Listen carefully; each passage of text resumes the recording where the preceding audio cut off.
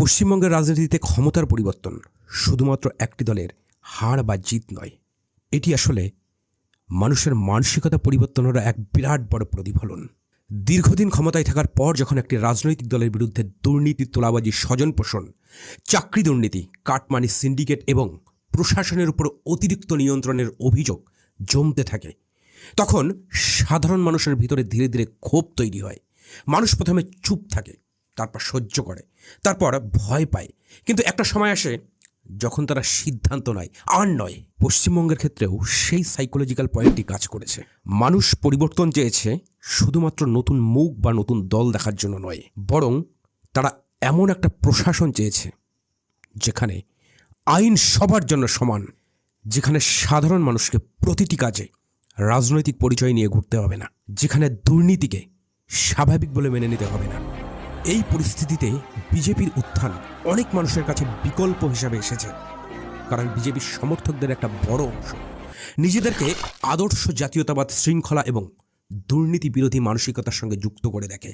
বিশেষ করে মধ্যবিত্ত শিক্ষিত যুবক, চাকরি প্রার্থী এবং অনেক সাধারণ পরিবার মনে করেছে, যদি প্রশাসন কঠোর হয় তাহলে অন্তত একটা ভয় থাকবে, দুর্নীতি কমবে। এই বিশ্বাস থেকেই তারা বিজেপির দিকে ঝুঁকেছে। এখানে একটা বড় সাইকোলজিক্যাল পার্থক্য দেখা যায়। তৃণমূল কংগ্রেসের অনেক কর্মী সমর্থকদের কাছে রাজনীতি মানে ছিল ক্ষমতার কাছাকাছি থাকা, প্রভাব খাটানো, ফোনে কাজ করে নেওয়া, বিভিন্ন পোস্ট পাওয়া, লোক দেখানো ক্ষমতা। ফলে রাজনীতি ধীরে ধীরে আদর্শের জায়গা থেকে সরে গিয়ে ব্যক্তিগত লাভের দিকে চলে গেছে। যখন একটা দলের ভিতরে এই মানসিকতা বেশি বাড়ে, তখন সেই দল বাইরে থেকে শক্তিশালী দেখালেও ভিতরে ভিতরে দুর্বল হয়ে পড়ে। আর এখানেই সবচেয়ে বড় প্রশ্নটা সামনে চলে এসেছে, ভালো তৃণমূল কারা? স্বচ্ছ ভাবমূর্তি বলতে আসলে কি বোঝানো হচ্ছে? বিজেপির রাজ্য সভাপতি শ্রমিক ভট্টাচার্য বলেছেন, তৃণমূল কংগ্রেসে যারা স্বচ্ছ ও ভালো ভাবমূর্তির, তাদের জন্য বিজেপির দরজা খোলা। কিন্তু সাধারণ মানুষের প্রশ্ন হলো, এই স্বচ্ছতার মাপকাঠি কোথায়? কে নির্ধারণ করবে কে সৎ আর কে অসৎ? শুধু মিডিয়ায় নাম না এলেই কি একজন নেতা সৎ হয়ে যান, নাকি বহু বছর ধরে ক্ষমতার সুবিধা ভোগ করার পর হঠাৎ দলবদল করলেই তিনি গ্রহণযোগ্য হয়ে যাবেন? কারণ মানুষ সব দেখছে। বছরের পর বছর সাধারণ মানুষ দেখছে কিভাবে একটা রাজনৈতিক নেতা সাধারণ প্রভাব খাটিয়ে বিস্তার লাভ করেছে। স্কুল কলেজে পোস্ট দখল, ক্লাব রাজনীতি, কাটমানি, চাকরির ক্ষেত্রে প্রভাব, প্রশাসনের উপর চাপ দেওয়া, এই সংস্কৃতির সাথে জড়িত বহু মুখ আজ নতুন আশ্রয় খুঁজছে। প্রশ্ন হলো, শুধু দল চেঞ্জ করলেই কি মানুষের চরিত্র বদলে যায়? লোভ, ক্ষমতার নেশা, প্রভাব খাটানোর মানসিকতা, এগুলো কি রাতারাতি পাল্টে যায়? সাধারণ মানুষ এখন আর এতটা সরল নয়। তারা বুঝতে শিখেছে, শুধু পতাকার রং বদলালেই মানসিকতা বদলায় না। এই কারণেই বিজেপির সামনে আজ সবচেয়ে বড় পরীক্ষা। কারণ মানুষ বিজেপিকে শুধু আর একটা রাজনৈতিক দল হিসাবে দেখেনি, বরং অনেকেই দেখেছে একটা সিস্টেম পরিবর্তনের আশা হিসাবে। মানুষ চেয়েছে এমন একটা প্রশাসন যেখানে রাজনৈতিক পরিচয়ের চেয়ে যোগ্যতা বড় হবে, যেখানে দুর্নীতির বিরুদ্ধে কঠোর অবস্থান থাকবে, যেখানে সাধারণ মানুষকে ছোটোখাটো কাজের জন্য নেতার পিছনে ঘুরতে হবে না। যদি সেই বিজেপি আবার পুরনো রাজনৈতিক সংস্কৃতিকে নিজের ভেতরে জায়গা দিতে শুরু করে, তাহলে মানুষের হতাশা আরও গভীর হবে। কারণ মানুষ পরিবর্তনের জন্য ভোট দেয়, প্রতারণার জন্য নয়। ইতিহাস খুব নিষ্ঠুর শিক্ষক। যে দলই ক্ষমতায় এসে পুরনো দুর্নীতিগ্রস্ত সংস্কৃতিকে প্রশ্রয় দিয়েছে, শেষ পর্যন্ত সেই দলও মানুষের বিশ্বাস হারিয়েছে, মানুষ তাকে ছুঁড়ে ফেলে দিয়েছে। পশ্চিমবঙ্গের বর্তমান পরিস্থিতি সেটারই বড় উদাহরণ। তাই বিজেপির উচিত ইতিহাস থেকে শিক্ষা নেওয়া। শুধু ক্ষমতা বাড়ানোর জন্য যাকে তাকে দলে নেওয়া রাজনৈতিকভাবে লাভজনক মনে হতে পারে, কিন্তু দীর্ঘমেয়াদে সেটি দলের ভিত নষ্ট করতে পারে। কারণ একটি রাজনৈতিক দলের সবচেয়ে বড় শক্তি শুধু ভোট নয়, মানুষের বিশ্বাস। রাজনীতিতে দল পরিবর্তন করা অপরাধ নয়। একজন মানুষ নিজের মতাদর্শ বদলাতেই পারেন, কিন্তু সেই পরিবর্তন সত্যিই কি আদর্শের জন্য নাকি ক্ষমতা পাওয়ার জন্য, সেটাই আসল প্রশ্ন।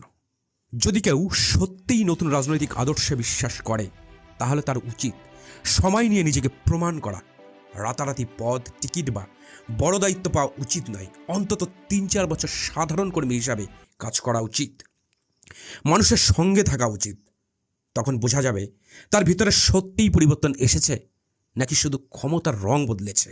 কারণ সুযোগ সন্ধানী মানুষ সব দলে থাকে, কিন্তু আদর্শবান মানুষ খুব কম হয়। আর এই জায়গাতেই বিজেপির আরও একটা জিনিস মনে রাখা দরকার। আজ যারা নতুন নতুন দলে আসছেন তাদের নিয়ে যত আলোচনা হচ্ছে, ততটা আলোচনা হয় না সেই পুরনো লোকগুলির জন্য, যারা তখন বিজেপির পাশে দাঁড়িয়েছিল, যখন পশ্চিমবঙ্গে বিজেপির কার্যত কোনো অস্তিত্বই ছিল না, যখন বিজেপি করা মানে ছিল উপহাস, সামাজিক চাপ, রাজনৈতিক অনিশ্চয়তা। তখন কিছু মানুষ নিজের সম্মান, জনপ্রিয়তা, ক্যারিয়ারের ঝুঁকি নিয়ে বিজেপির পাশে দাঁড়িয়েছিলেন। আন্তর্জাতিক খ্যাতিসম্পন্ন অভিনেতা ভিক্টর ব্যানার্জি 1991 সালে উত্তর পশ্চিম দমদম কেন্দ্র থেকে বিজেপির প্রার্থী হয়েছিলেন। সেই সময় বিজেপির কোনো শক্ত রাজনৈতিক ভিত্তি ছিল না, কোনো জয়ের সম্ভাবনাও ছিল না। তবুও তিনি দাঁড়িয়েছিলেন। একইভাবে আন্তর্জাতিক খ্যাতিসম্পন্ন জাদুকর জুনিয়র পিসি সরকার 2014 সালে বারাসাত কেন্দ্র থেকে বিজেপির প্রার্থী হয়েছিলেন। বাংলার সংস্কৃতি ও শিল্প জগতের এত বড় মাপের দুজন মানুষ, যারা নিজের পরিচয় প্রতিষ্ঠিত ছিলেন, তারা রাজনৈতিক সুবিধার জন্য নয়, বিশ্বাসের জায়গা থেকে বিজেপির পাশে দাঁড়িয়েছিলেন। সবচেয়ে গুরুত্বপূর্ণ কথা হলো, তারা খুব সহজে অন্য দলে চলে যেতে পারতেন। চাইলেই তারা তৃণমূল কংগ্রেসের কাছে যেতে পারতেন, চাইলে বড় পদও হয়তো পেতেন, সরকারি সম্মান, সুবিধা, পদক, যে কোনো কিছু পারতেন হাসিল করে নিতে। কিন্তু তারা সেটা করেননি, তারা যাননি সেখানে। কারণ তাদের কাছে রাজনীতি মানে ক্ষমতা নয়, তাদের কাছে ছিল একটা আদর্শ। তারা ক্ষমতার লোভ দেখাননি, পদেরও লোভী হননি। তারা পরাজয় মেনে নিয়েছিলেন, কিন্তু নিজের বিশ্বাস, নিজের আবেগকে বিক্রি করেননি। আজকের দিনে এই ধরনের মানুষ খুব কম দেখা যায়, কারণ এখনকার পলিটিশিয়ানরা শুধুমাত্র জয়ের দিকেই থাকেন, পরাজয় তারা মেনে নিতে পারেন না। তারা ক্ষমতার দিকে যায়, তারা সুবিধা নেবার দিকে যায়, এরা কেউই আদর্শের দিকে যায় না। এই দুই মানুষ হয়তো রাজনৈতিকভাবে বড় সাফল্য পাননি, কিন্তু তারা একটা বড় শিক্ষা দিয়ে গেছেন।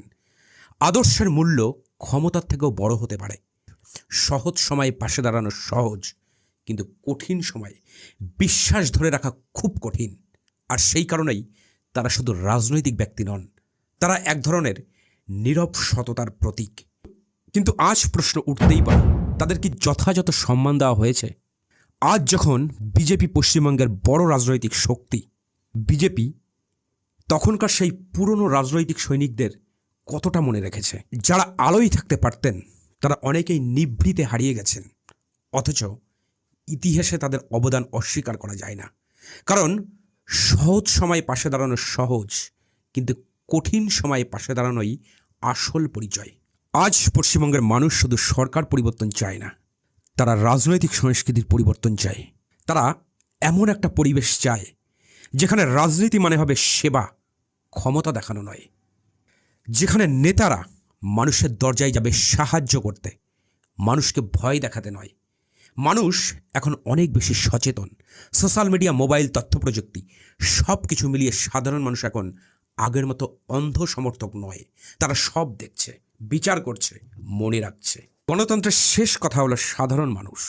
ক্ষমতা কখনো স্থায়ী নয়, স্থায়ী হলো মানুষের বিশ্বাস। আর সেই বিশ্বাস একবার ভেঙে গেলে কোনো বড় নেতা, বড় প্রচার কেউই আর ফিরিয়ে আনতে পারে না সেই বিশ্বাসকে।